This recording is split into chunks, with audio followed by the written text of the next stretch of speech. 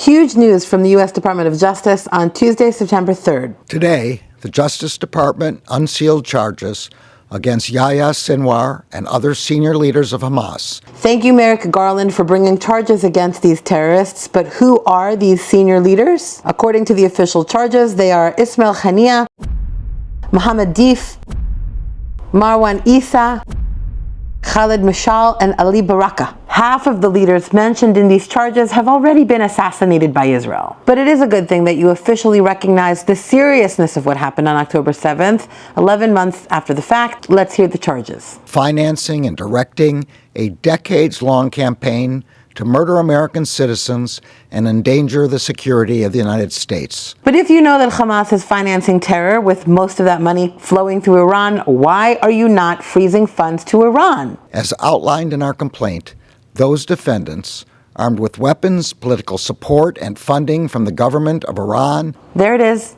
and support from Hezbollah, have led Hamas's efforts to destroy the state of Israel and murder civilians in support of that aim. I want to highlight what Garland said right now. Hamas's efforts to destroy the state of Israel, because this is actually the whole reason that there's a war between Israel and Hamas, and actually Israel and 6 other proxies of Iran, including the protests in the United States. And that is because this is not a war for land. This is a war for ideology. Hamas and other Islamist fundamentalist groups don't want to negotiate with Israel for the Gaza Strip or any other piece of land. Hamas's efforts to destroy the state of Israel, their goal is to eliminate Israel and to turn the whole thing into a wasteland of Islamist ideology for which to use as a jumping point to conquer the rest of the world, including America. In its attacks over the past 3 decades, Hamas has murdered or injured thousands of civilians,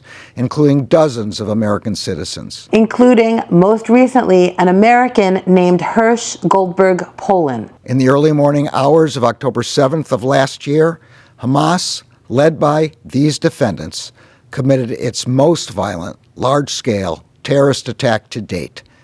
During the attack, Hamas terrorists murdered civilians who tried to flee and those who sought refuge in bomb shelters. They murdered entire families.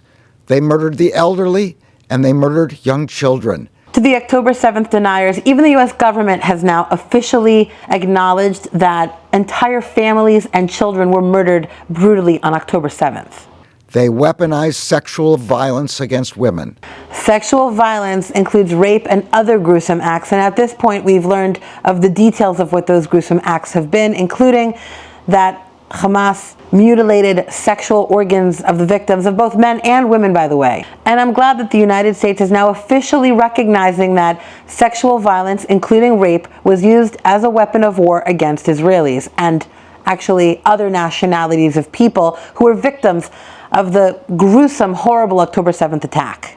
On October 7th, Hamas terrorists murdered nearly 1,200 people, including over 40 Americans, and kidnapped hundreds of civilians. They perpetrated the deadliest massacre of Jews since the Holocaust.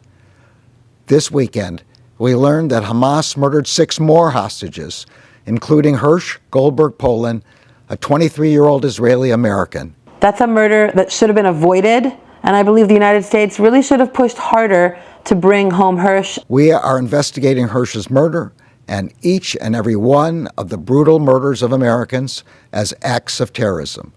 We will continue to support the whole-of-government effort to bring the Americans still being held hostage home. But how are you bringing them home? Hamas is a terrorist organization. They don't want to negotiate. They don't understand negotiations. They see that as weakness. They understand power. They understand being overpowered.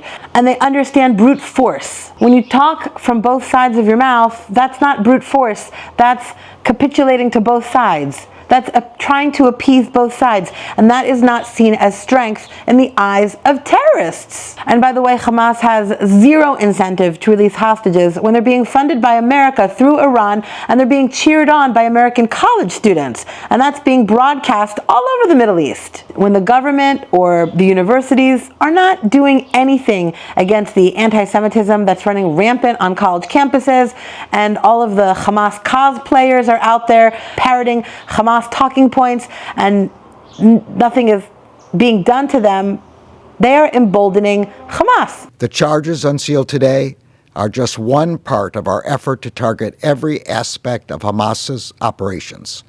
These actions will not be our last. It's a great statement. I don't know if you can enforce it. This is the kind of symbolism that would have been helpful back in October of 2023, not in September of 2024, but, better late than never, I guess. The Justice Department has a long memory. We will pursue the terrorists responsible for murdering Americans and those who illegally provide them with material support for the rest of their lives. But if you take anything from these charges, you take anything from this statement, it's this. This is the point that I want you to remember.